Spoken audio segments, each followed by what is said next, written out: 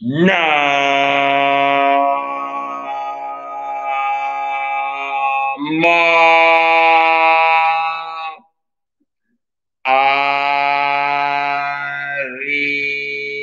अरिहंताण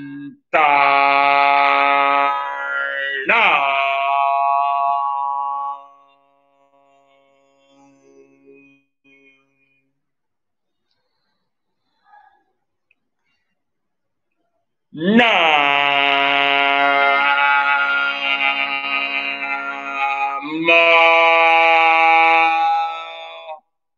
सिद्धारण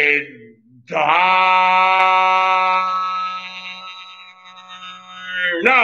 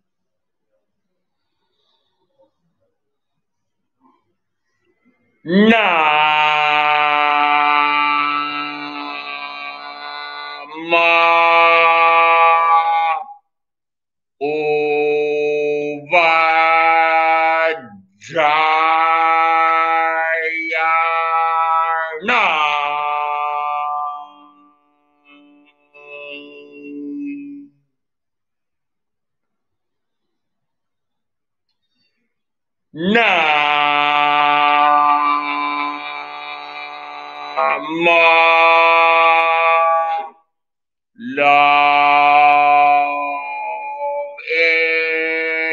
सवस्ता होना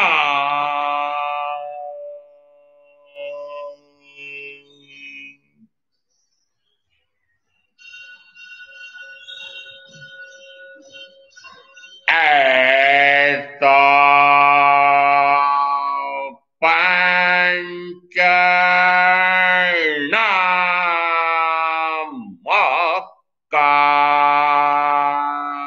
पंचनामकारो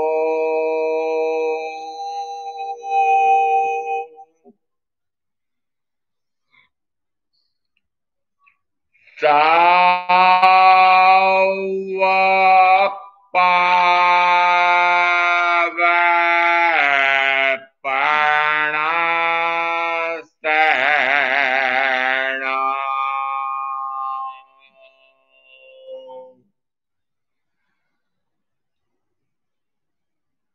मंगलानां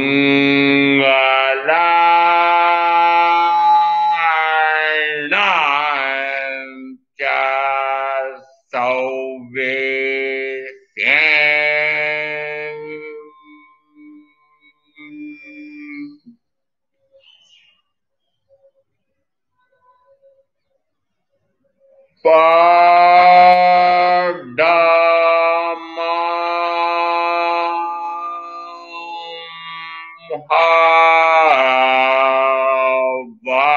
हवाई मंगलम।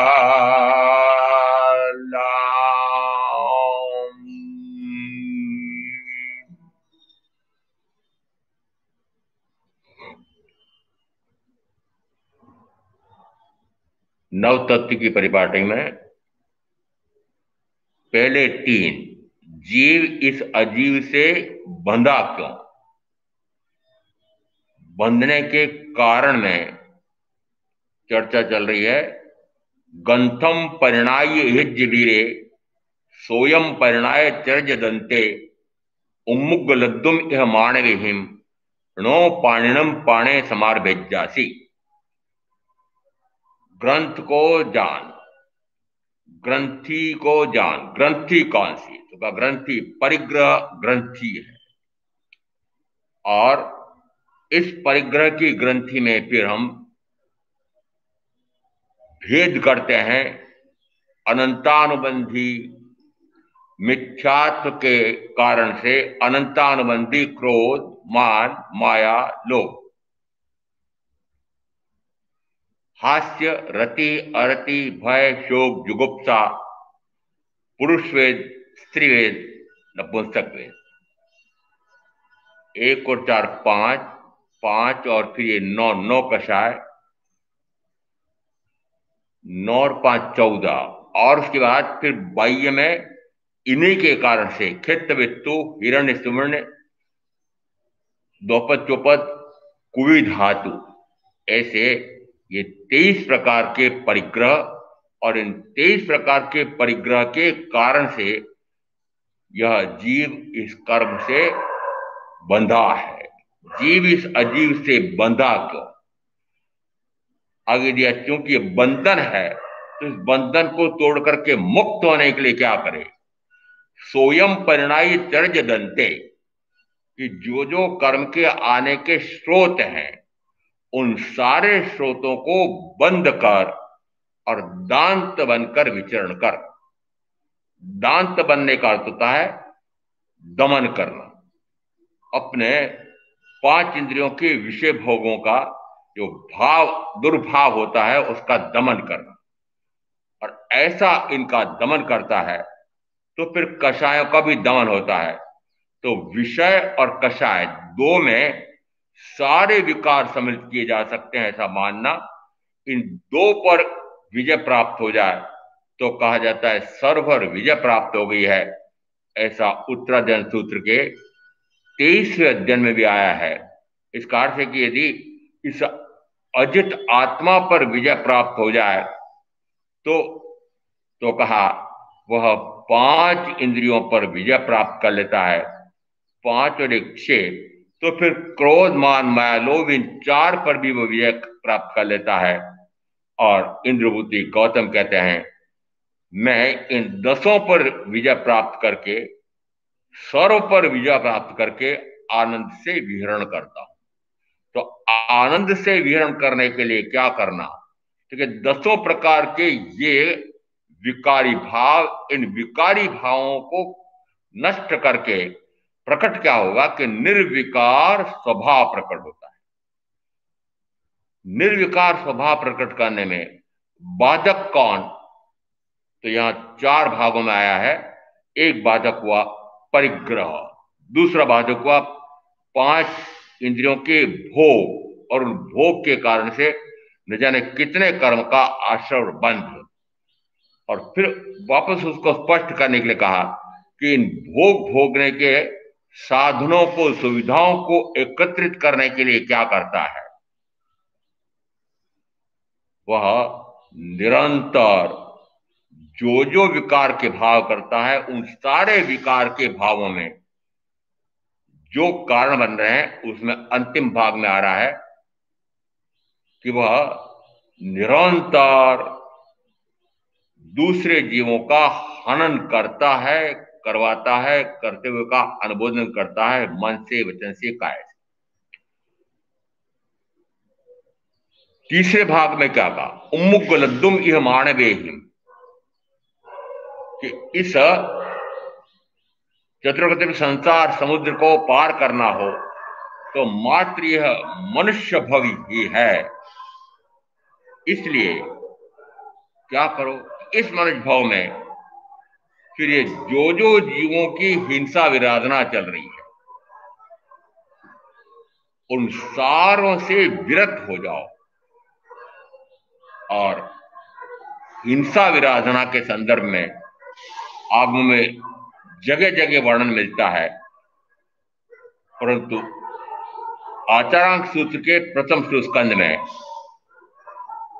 पहले अध्ययन शस्त्र परिज्ञा में पृथ्वी कायिक, अपकायिक, तेवकायिक, वायुकायिक, वनस्पति कायिक जीवों को कितनी वेदना होती है उसको दृष्टांत देकर के बताते हैं कि जैसे मनुष्य ने के पेट में पेट में से जो बच्चा निकलता है उसके अंगोपांग विकसित नहीं हुए हैं, इंद्रियां विकसित नहीं हुई हैं। इस कारण से यदि कोई उसको तीखे औजार से, हथियार से, भाले से अंगों का वर्णन किया, 23 प्रकार के अंग, उनका छेदन 33 प्रकार के अंगों का, फिर उसको आगे आया छेदन, फिर शब्द दिया वापस भेदन, छेदन भेदन करता है। तो उस बच्चा जी का मनुष्य के गर्भ में से जो बच्चा निकल कर आया है वह मनुष्य है, परंतु मनुष्य कैसा है कि उसकी इंद्रियों का विकास, हाथ पैर का विकास नहीं हुआ है। और यदि ऐसा विकास नहीं हुआ हो तो यदि कोई प्रकार से उसको तेज हथियार से छेदे भेदे तो न तो वह उसकी वेदना को व्यक्त कर सकता है और न वह बचाव कर सकता है।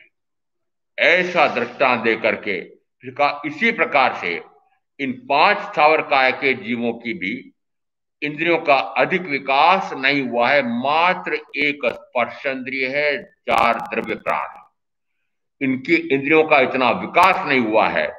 इस कारण से ये भी न तो बचाव कर सकते हैं न अभिव्यक्त कर सकते हैं। तो सूत्रकार कहते हैं कि वस्तुतः अव्यक्त चेतना है। अव्यक्त यानी जो अंदर में चैतन्य शक्ति है, उस चैतन्य शक्ति को व्यक्त करने के लिए इंद्रियों की सहायता, क्योंकि एकमात्र इंद्रिय मिली है, उससे बाहर में अभिव्यक्त नहीं हो सकती वेदना, बाहर में बचाव भी नहीं हो सकता है। इस कारण से यह तो कहा जाता है कि इनको यद्यपि व्यक्त नहीं कर सकते हैं, बचाव नहीं कर सकते हैं, पर वेदना कितनी होती है कि वेदना तो इनको भी उतनी ही होती है जैसी हे मनुष्यों तुमको होती है। और अब यहां अंतिम भाग में आया नो पाणिनम पाणे समार भिज्जासी, कि इसलिए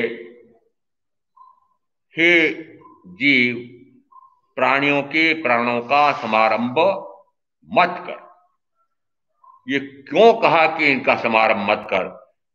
तो यहां शस्त्र परिज्ञा में स्पष्ट आ रहा है कि इनको भी इसी प्रकार की वेदना होती है जैसी है मनुष्यों तुमको होती है। तो फिर मनुष्यों को बोध क्या दिया? बोध क्या दिया? यदि तुम्हें कोई मारे पीटे और जो दुख हो, ऐसा जब तुम मारते पीटते हो तब क्यों नहीं मानते हो कि उसको भी उसी प्रकार का दुख होता है? यदि मुझे कोई मारे पीटे दुखी करे तो मुझे दुख होता है, तो फिर क्यों ना मानूं कि यदि मैं दूसरे जीव को भी मारता पीटता हूं, दुखी करता हूं, तो उसे भी होता है। जैसा व्यवहार हे मनुष्य तुम अपने लिए चाहते हो, वैसा ही व्यवहार अन्य सर्व जीवों के प्रति करो। फिर एक सूत्र इसी आचारांक सूत्र में 3:2 में, तुममेव तुम मित्तम किम इच्छसी भैया पास। हे मनुष्यों, हे जीवों, तुम ही तुम्हारे मित्र हो, तुम बाहर किसे मित्र ढूंढ रहे हो? तुम ही तुम्हारे मित्र हो, बाहर किसे मित्र ढूंढ रहे हो?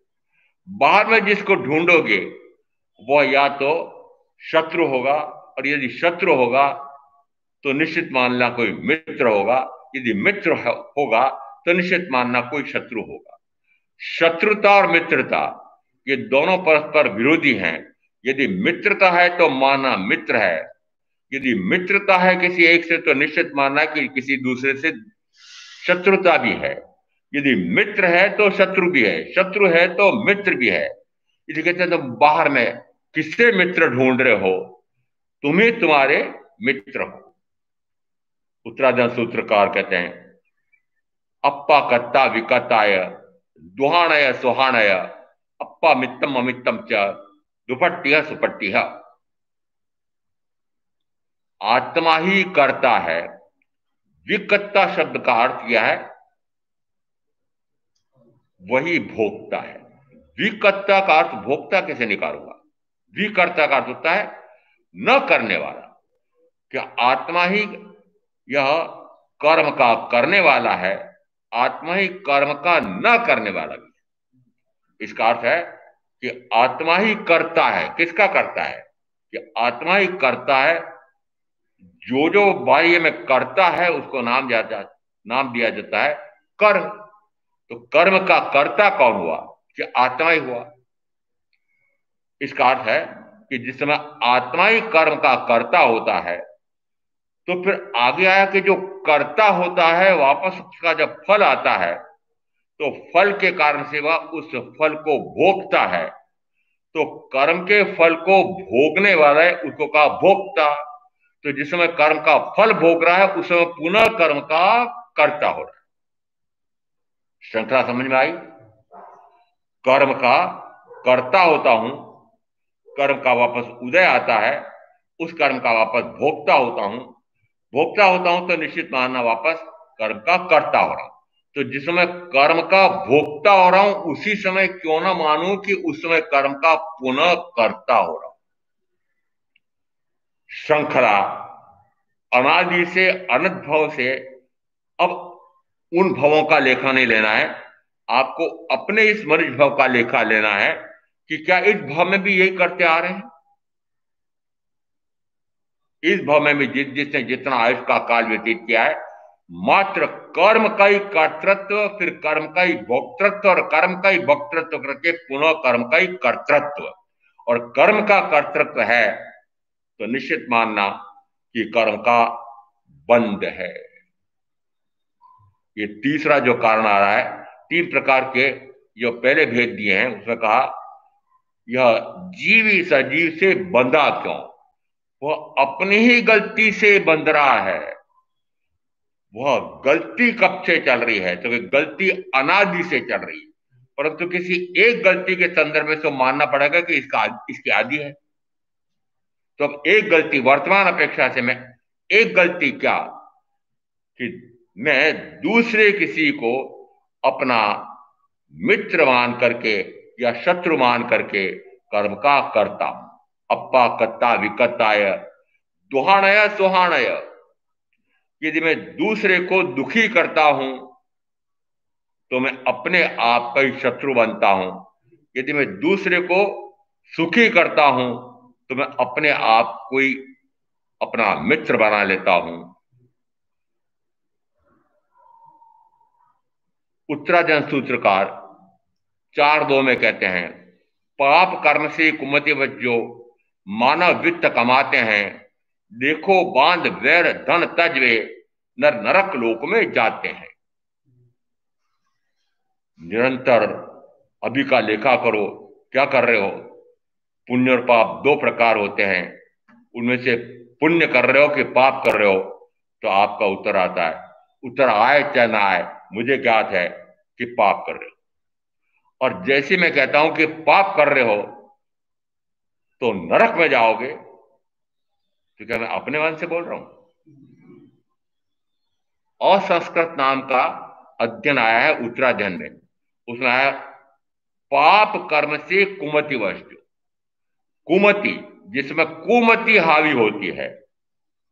कुमति दुर्बुद्धि, विपरीत बुद्धि, खोटी बुद्धि, भ्रष्ट बुद्धि, दुष्ट बुद्धि। क्या कि पर में सुख है, इंद्रियों में सुख है। ऐसी बुद्धि के कारण से इंद्रिय विषयों के सुख बटोरने के लिए क्या करता है? धन कमाता है। तो धन वैभव कमाने के लिए क्या करता है कि वह सर्व प्रकार के आरंभ समारंभ करता है। सर्व प्रकार के आरंभ समारंभ में दूसरे जीवों का घात करता है, उपघात करता है। कार्य जोड़ लो। पाप कर्म से कुमतिवत जो मानव वित्त कमाते हैं। अब देखना पहली पंक्ति में आ रहा है कि पाप कर्म कर करके यह मनुष्य वित्त यानी धन वैभव कमाता है, जोड़ता है। अब दूसरी पंक्ति में बड़ा विचित्र आया है, पाप कर्म से कुमतिवत जो मानव वित्त कमाते हैं, देखो बांध वैर। क्या बांध रहे हैं? दूसरे जीवों के प्रति वैर बांध रहे हैं, क्योंकि दूसरे जीवों को यदि आपने दुखी किया है तो निश्चित मानना कि वे दूसरे जीव या उन सब की तरफ से कोई एक या अधिक जीव आपको भी दुखी करने के लिए आएगा।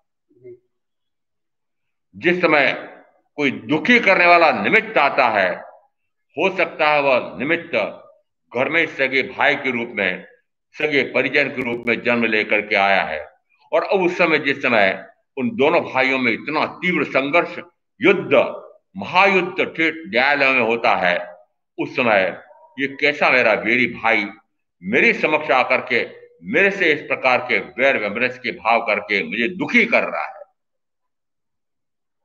वह दुखी कर रहा है कि मैंने पहले किन्हीं को दुखी किया था, हो सकता है उसी को दुखी किया हो, इस कारण से वह वापस निमित्त बन करके आ रहा है।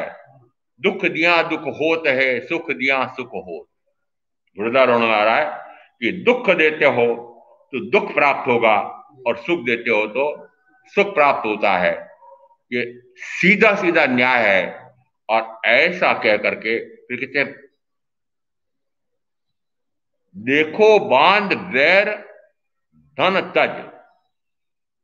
शब्द देखना कि अन्य अन्य जीवों को दुखी करके, अन्य कई मनुष्यों को भी दुखी करके, अन्य कई मनुष्यों का शोषण करके धन कमाया, उनके साथ वैर बांधा, धन को तो छोड़ रहा है। देखो बांध वैर धन तज, वे नरक लोक में जाते हैं। कहां जा रहे? धन तो यहीं रह जाएगा। मैं इसलिए बोलता हूं, करे जिन बेटे बेटियों के लिए, बेटे पोतों के लिए, आगे की पीढ़ी के लिए जो आपने पाप कर्म करके, खट कर्म, खोटे कर्म, पाप कर्म कर करके धन कमाया है, वह धन उनको बिना कमाया मिल रहा है। बिना कमाया, बिना कमाया समझते हैं? कमाया तो आपने है। अब जिस समय उनको मिलेगा, आप छोड़ करके जा रहे हैं, अरे छोड़ के नहीं जा रहे हैं, वो आयुष काल आता है तो मजबूरी में छोड़ना पड़ रहा है। आप छोड़ना चाहते हो क्या? पर छोड़ना पड़ रहा है। जब वो छोड़ता है उस समय वो मिलता किसको है?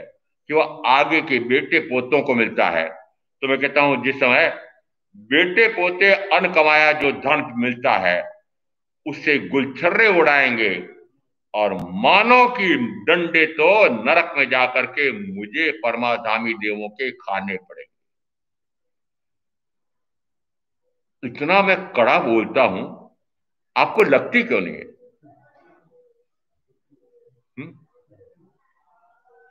कहते हैं कि यदि बच्चा बहुत उछल कूद कर रहा होता है, उछल कूद करते हुए यदि उसकी रीढ़ की हड्डी टूट जाए, कमर टूट जाए, तो उछल कूद कर सकता है? ऐसा दृष्टांत देकर के कहते हैं कि हे जीवों, हे मनुष्यों,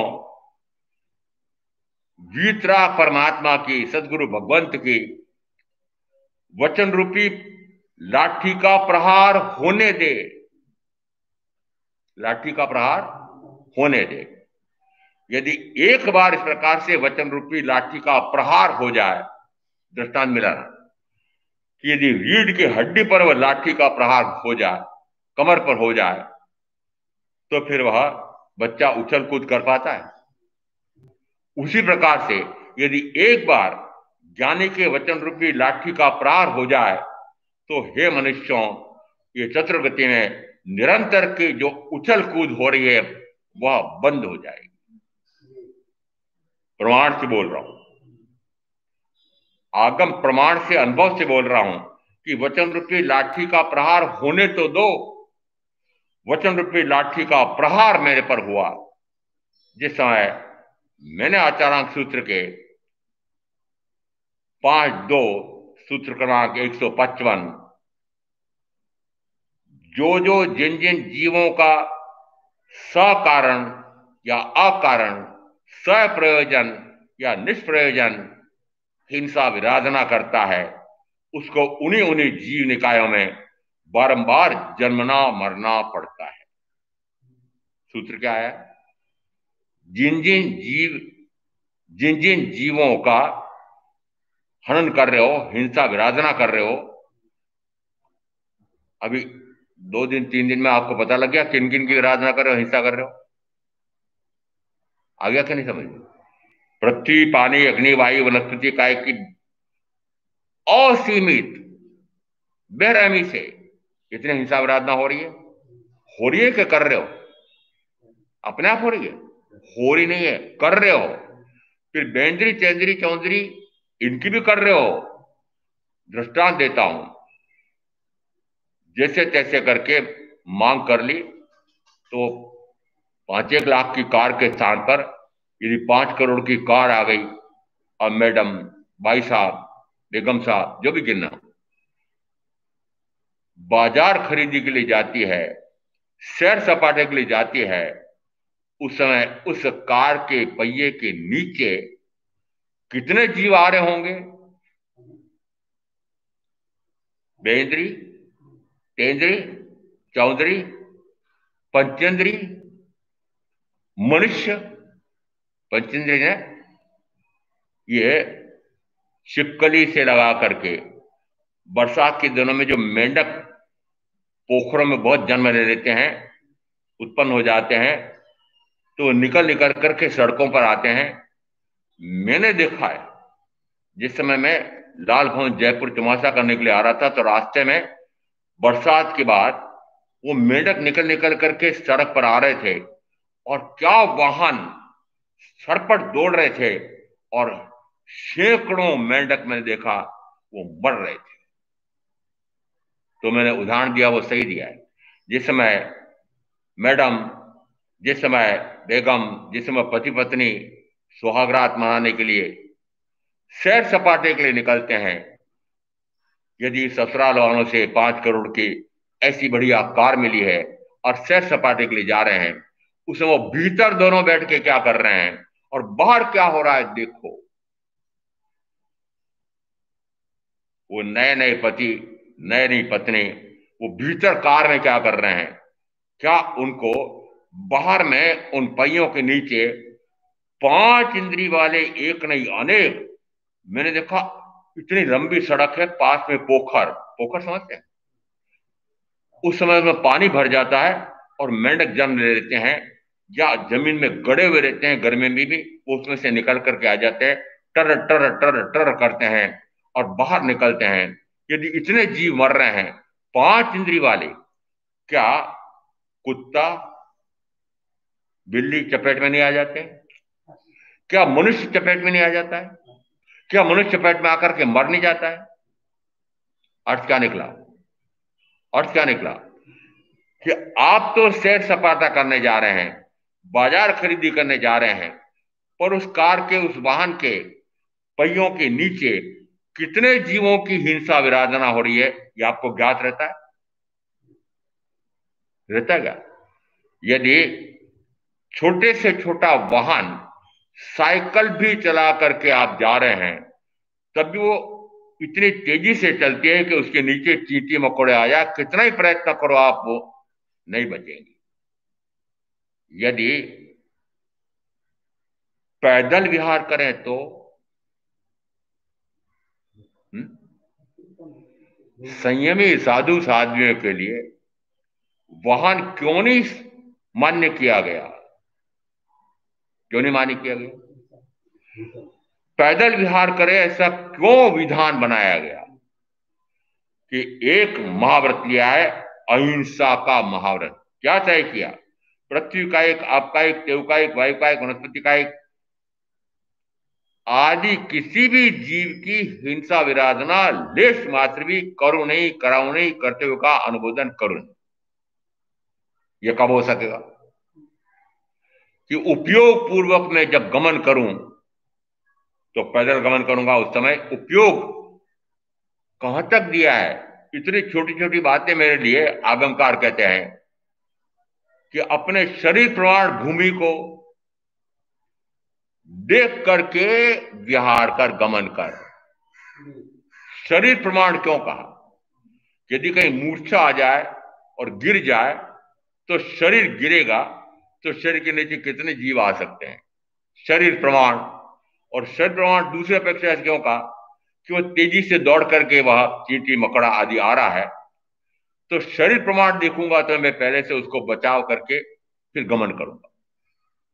इतनी छोटी छोटी बातें भी इसलिए आई है कि उपयोग पूर्वक उपयोग रखते हुए, यत्न रखते हुए दिन में तो वह देख करके चले और रात्रि के अंधेरे में पूंज करके चले।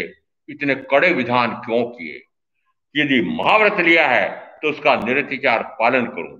आपने भी लिया, लिया तो है, आपने भी लिया। आपकी खिल्ली उड़ाई थी मैंने कि आपने भी इस प्रकार का एक व्रत हिंसा का लिया था, हिंसा से विरत होने का। फिर एक व्रत आपने परिग्रह का लिया था। दोनों में क्या कर रहे हो उसका वर्णन कर चुका हूं। यहां आया है, हे जीव, क्यों नहीं मानता है कि तू ही तेरा मित्र है, बाहर किसे मित्र ढूंढ रहा है? यदि तू ही इस प्रकार से अन्य सर्व जीवों के प्रति मैत्री का भाव करके संवत्सरी प्रतिक्रमण करने के बाद, सामान्यतः सभी और जो उभयकालीन प्रतिक्रमण श्रावक श्राविका करते हैं वे भी प्रतिक्रमण के बाद बोलते हैं, मिट्टी में सबो भूएसु वैरम मज्जम न केणई।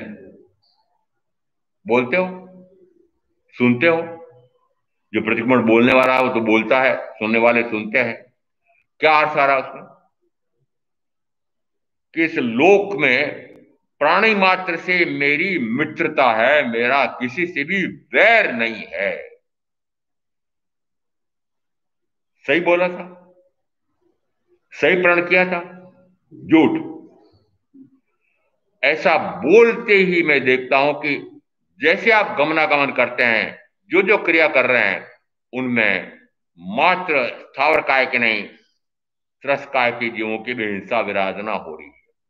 इधर तो आपने विश्वास दिला दिया, हे जीवों, हे स्थावर काय के जीव, त्रस जीव, विकलंद्री जीव, मेरी तुमसे पूर्णता मित्रता है।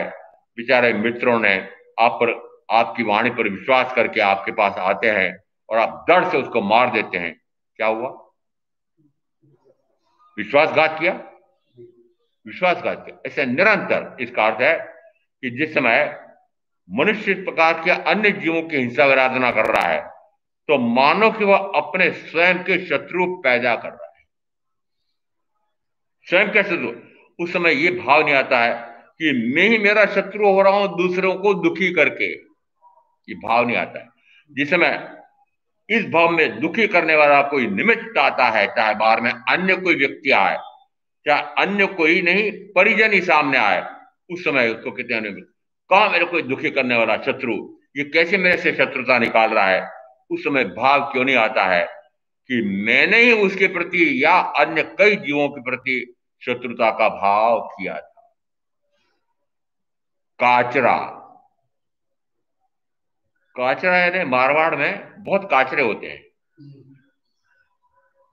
अब तो दिल्ली में महानगर में भी आते हैं, पर वो छोटे छोटे आते हैं, काचरी आती है। वो तो काचरी है, काचरा नहीं, काचरा। जिस समय वो काचरा छील रहा था, काचरा छीलते छीलते नाचता जा रहा था और ये बोल रहा था, देखो मैंने इस काचरे को कितना तरीके से छीला है, देखो मैंने काचरे को कैसा तरीके से छीला है। जिस समय बहू सास को कहती है कि सब्जी के टुकड़े किए, ये कैसे किए, देखो मैं कैसे करती हूं। इतने में तराश करके और इस प्रकार से ऐसे छोटे छोटे टुकड़े समान आकार के मैं ऐसा करती हूं, आप कैसे फूड जैसे करते हो। जिस समय इस प्रकार से उनको छील करके ऐसे बढ़िया काट करके फिर चौंक लगा करके फिर बघार करके फिर मिर्च मसाला डाल करके वो सब्जी आपके सामने परोसती है, बड़ी प्रसन्न होती है, जिससे सुनती है कि बहुत स्वादिष्ट बनी है। क्या हो रहा है? क्या हो रहा है? वो काचरा छील छील करके प्रसन्न हो रहा था। आप भी हो रहे हो, आप भी हो रहे हो। काचरे की जगह सब्जी गिन लो, फल गिन लो, प्रसन्न हो रहे हो। और फल क्या आ रहा है? फल आता है कि जिस समय चौराहे पर एक संयमी विहरण कर रहे थे, महलों में राजा रानी चौपट खेल रहे थे, उस समय महारानी का ध्यान अचानक चौराहे पर चला गया और चौपट में पासे में मन नहीं लगा, आंखों में हो सकता आंसू आ गए। कौन दुष्ट है ये? किसको देखा? देखा इसका ध्यान उस संयम में फिर गया। इस संयमी और इसका कोई ना कोई प्रेम संबंध पहले रहा होगा। इस दुष्टा का वहां ध्यान गया है। सजा किसको दी? ध्यान किसका गया? पत्नी का गया। सजा किसको दी? सजा किसको दी? हे वधी को, उसको पकड़ कर लाओ और उसकी चमड़ी उतार दो। किसको पकड़ के लाया? वो जो संयमी चौराहे पर विहार कर रहे थे उनको पकड़ के लाते हैं और पकड़ करके फिर उनको वधिकशाला में ले जा करके चमड़ी उतारी जा रही है। चमड़ी उघेड़ दूंगा, ये तो आपने सुना होगा। अब तो पद्धति नहीं रही है। पहले यदि बच्चा उच्छृंखलता करता था, अज्ञानी मानता था, तो माता पिता इस प्रकार की भी पिटाई कर देते थे कि चमड़ी उगड़ जाती थी। उगड़ना अलग बात है,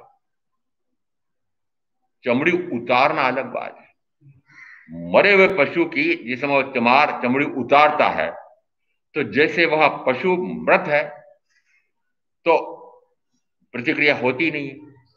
उसी प्रकार से खंडक ऋषि चमड़ी उतारी जा रही है, उस समय वे लेश मात्र भी न हिलते हैं न डुलते हैं। तो बाह्य से भी मानना कि शरीर से अडोल अकंप आसन लगा लिया है, और अभ्यंतर से मानना कि अडोल अकंप आत्म ध्यान में लीन हो जाते हैं। प्रथमतः हो सकता है भाव आया होगा कि मैंने भी तो इस राजा के प्रति, मैंने भी तो कई जीवों के प्रति इस प्रकार के उनको दुखी करके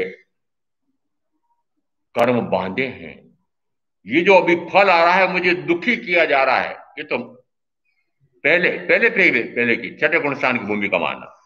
तो ऐसा प्रारंभ में चिंतन आया होगा कि वो ये मेरी चमड़ी उतारी जा रही है, मुझे दुख दे रहे हैं। ये दुख देने का कारण मैं स्वयं हूं। मैं स्वयं हूं। क्या महसूस किया? ये जो मुझे आज दुख प्राप्त हो रहा है उस का कारण मैं स्वयं ही हूं। क्यों? क्योंकि आज यदि मुझे दुख आ रहा है तो निश्चित है कि पहले मैंने जीवों को दुखी किया होगा। पहले कब?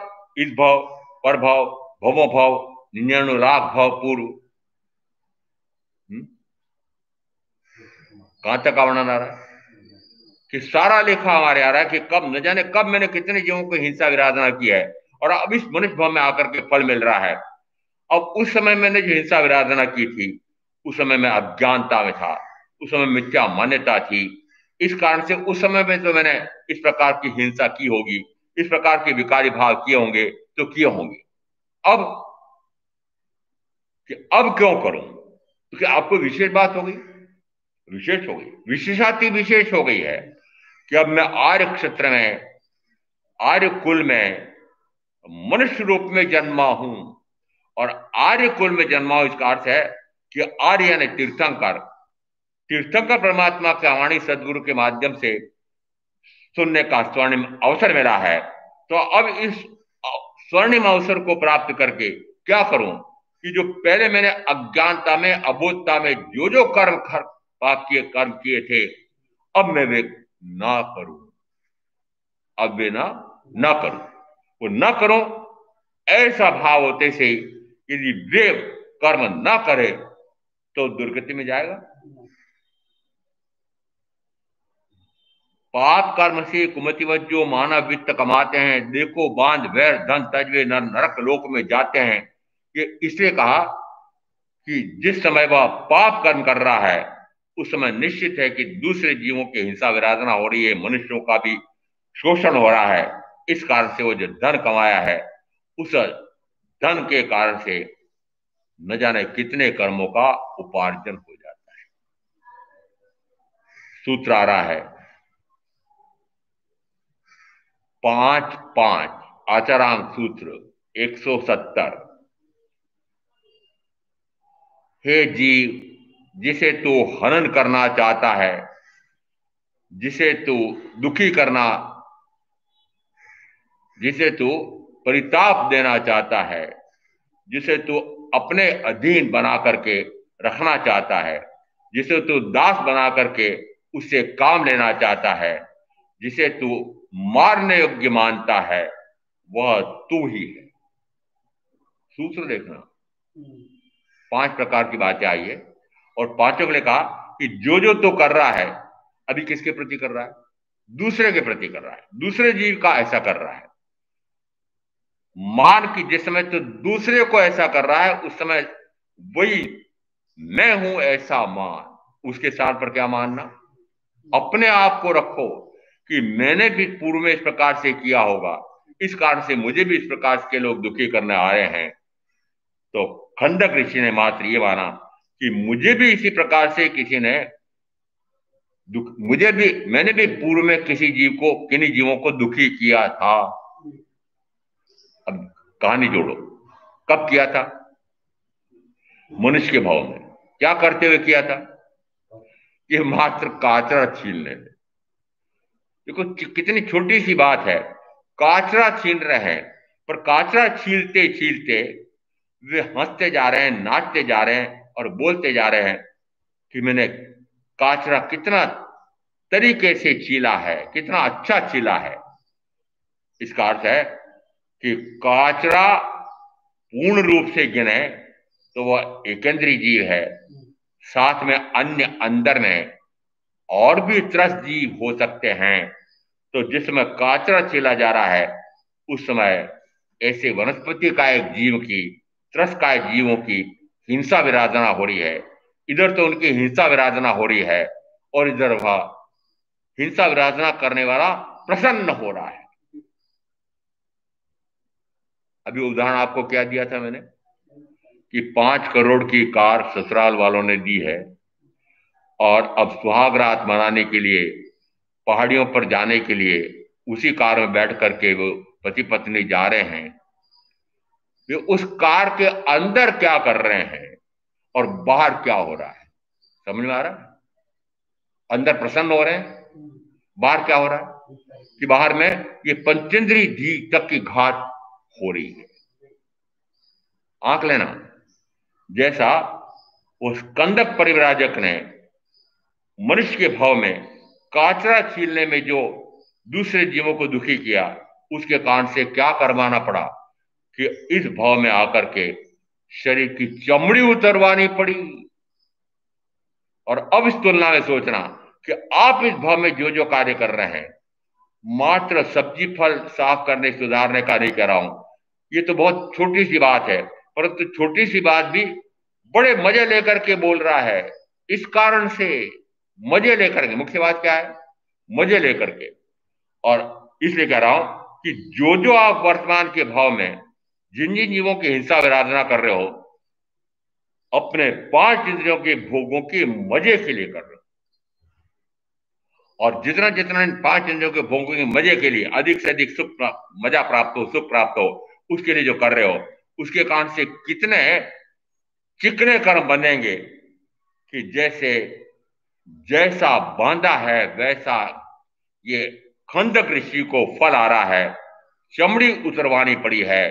ऐसा आपको भी मानना कि जिस समय नरक गति में जाकर के परमाधामी देव मारेंगे, उस समय सोचो कि कितना दुख होगा। उस दुख से दुखी होकर के यदि इस प्रकार के खट कर्म, खोटे कर्म, पाप कर्म से बच जाओ, तो ये सारा तीर्थंकर वाणी सुनने का सार निकला है। ऐसा तत्व का स्वरूप समझ करके मैं आप जो साधना करेंगे उनका अवश्य कल्याण होगा। ओम शांति।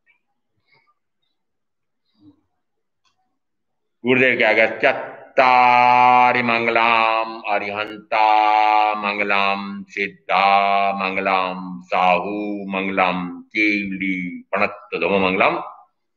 चत्तारि लोगुत्तमा अरिहंता लोगुत्तमा सिद्धा लोगुत्तमा साहू लोगुत्तमा केवली प्रणत धमोत्तमा। चत्तारि सनपवज्जामि अरिहन्ते सनपवज्जामि सिद्धे सनपवज्जामि साहू सनपवज्जामि केवली प्रणतम धम्मम शरणम पवज्जामि। चार मंगलिक, चार उत्तम, चार शरणा, और शरणा नहीं कोई जो भव्य प्राण याद रे तो अक्षय अमर पद।